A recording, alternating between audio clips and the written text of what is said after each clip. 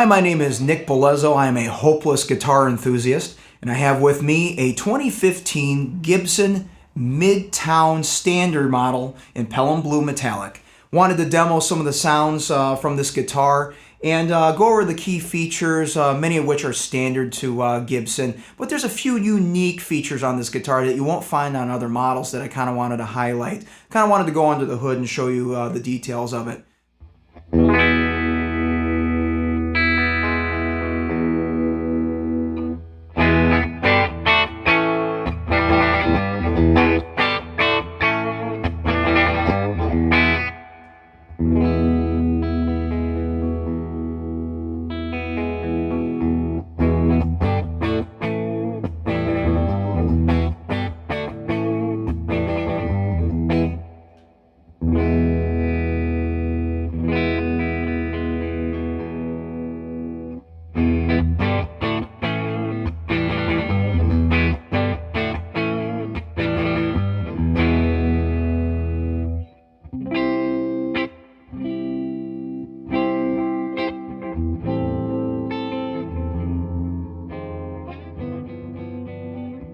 Some of the standard features on a Gibson, it's got a 24 3/4 scale length, 2 humbuckers with volume and tone toggle switch, 2 pneumatic bridge, stop tailpiece. It's got a slim taper profile. This feels a little bit chunkier than most of the slim tapers I'm used to, but it's supposed to be about 0.8 here at the first, 0.875 at the 12.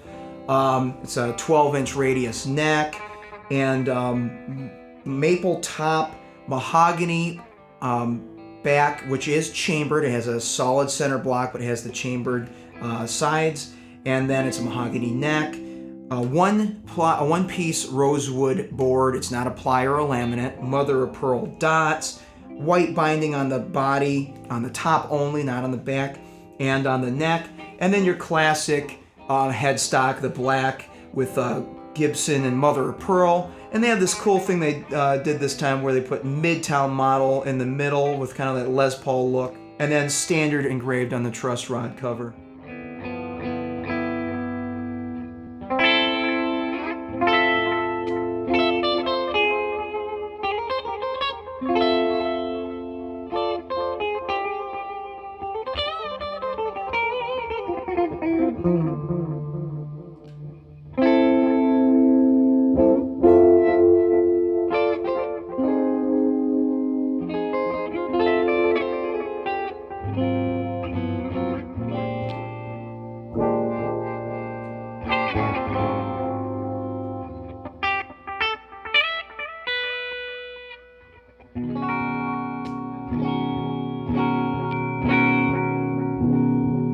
Some of the unique features of this guitar, well, you're probably well aware, it doesn't have a carved top. It's completely flat, almost cut like a Telecaster. And because of that, there's no room to stuff the electronics through the F-hole or the humbucker route. It's not arched back or top, so there's no room for that. So they had to put a control plate in the back. So it makes it look a little more cheap, but there was no way around it. They had to do it with the body being this thin.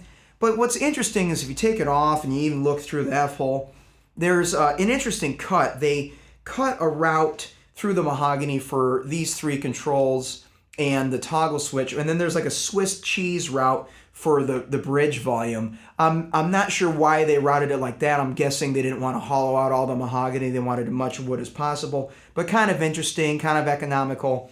But one key point from a player's perspective, if you ever wanted to change pickups or needed to work on it, it's much easier than fishing it out through the F-holes. You can touch a soldering iron without having to remove anything from it, so that's kind of nice.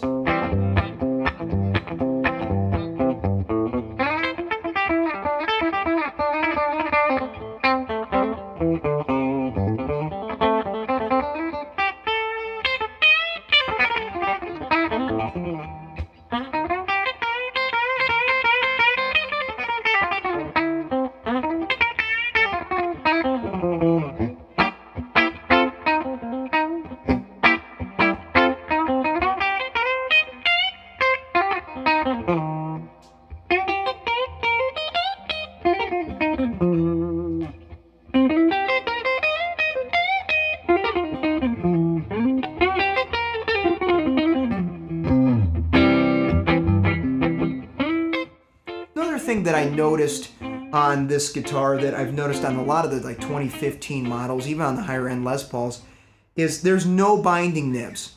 So the fret goes right over the edge of the binding there.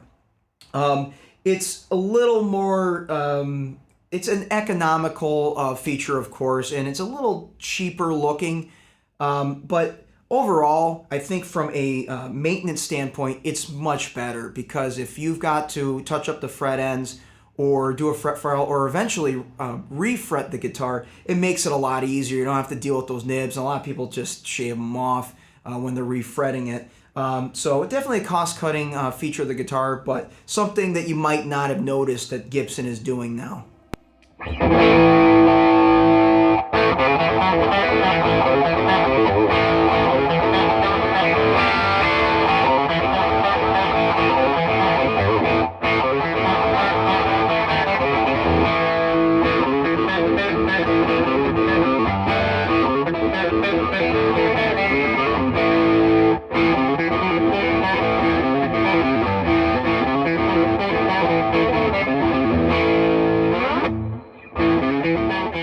Gibson's been doing for a few years now is adding this metal retainer to the body so that the bridge posts don't go straight into the wood like they used to.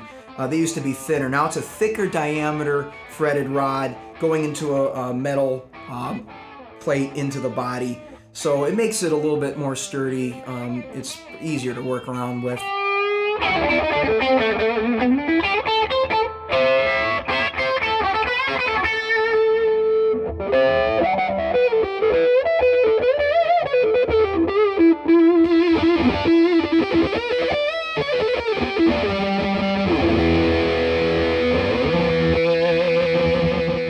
Fret height measured with my digital calipers is pretty much 40 thousandths all around the board, so fretwork is pretty good.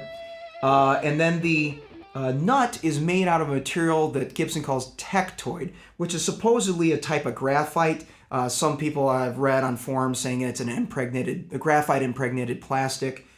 This was put on guitars that were intended to use those G-force automatic tuners to help cut down the friction and the tuning issues when the strings were going back and forth there. Now, the most interesting thing, I guess, on my model is that it came from the factory with standard Grover tuners. I do not have the G-force automatic tuning system on here. Now, I talked to the store that I purchased it from, and they said that Gibson actually shipped the guitar with the Grovers on there. It says on the website and a lot of the previous reviews and product placement that the G-force is supposed to come with this guitar. Now, the manager of that store also told me that Gibson had them remove all the G-force tuners off their 2015 models. They sent them a box of Grovers and they installed all Grovers on those guitars.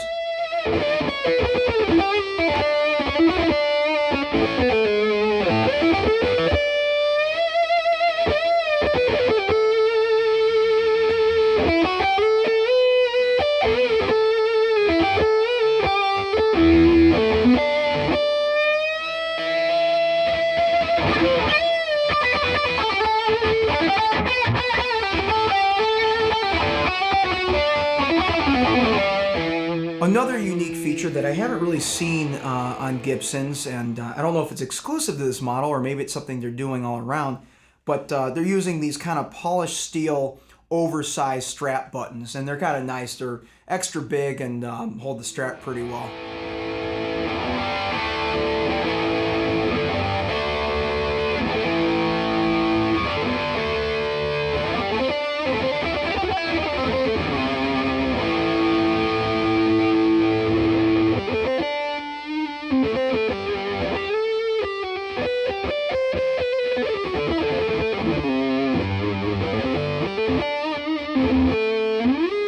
This one's obviously finished in what I think is an awesome, beautiful Pelham blue metallic. I personally really love opaque colors, especially the 60s custom colors like the car colors. It's also available in ebony and a vintage sunburst.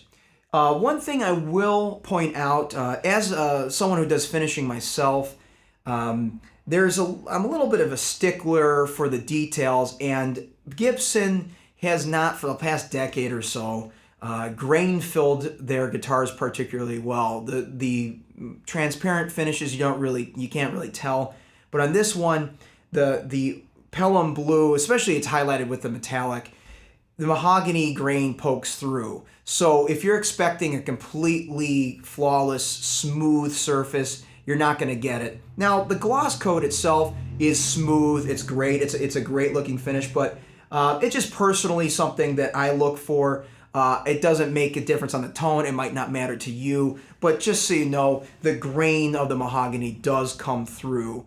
Well, let's take a look at the case and see what we got there. So this is the case that comes with the Gibson Midtown. It's a flat hollow body style with the Gibson USA stencil on the front. Now it only has 3 latches. It doesn't have the 4th one here. Another reviewer did point that out, and he didn't like that held it down, didn't hold it down with the body pressing out. I have not noticed that with mine. I think it sits pretty well. And considering you're getting the gig bag with some of the 2016 models, I'm glad I'm getting a hard shell case with mine, and it's not that crazy molded one that a lot of the Les Pauls came with. Gray plush interior, which is new, and then in the pocket you've got your checklist. And actually, I purchased my guitar on November 21st, 2015, and the checklist is checked off November 12th. So this is a very fresh guitar. Cloth, manual, and the warranty, and it comes with the wrench for the truss rod, and there's an Allen wrench, which I think was supposed to be included with the G-force, because there's no Allen heads on the guitar. Another cool thing that I guess Gibson has started recently, at least the Nashville guitars, is they put a 4x6 glossy of your guitar on the workbench. It's kind of cheesy, it's hokey, but it's kind of cool, so you see it being born before it's shipped to you. And what's very interesting with this one is I can see that it's got the Grovers installed at the factory. So I can verify that it did come to the factory without that G-force tuning system. So kind of a cool little hokey feature that they're doing.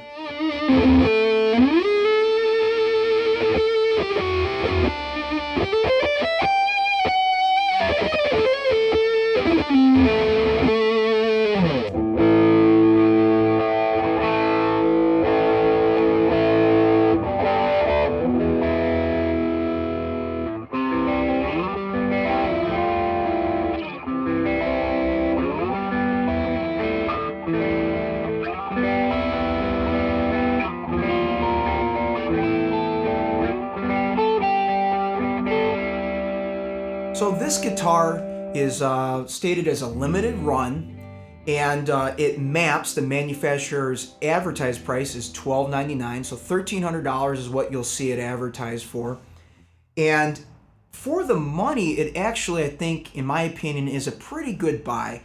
Granted, it's pretty much a standard Gibson. It's not that much different than any other model as far as playability and the features on it, except you get the semi-hollow wings. So basically, in my viewpoint, it's a poor man's 335 or an economical thin line from Gibson.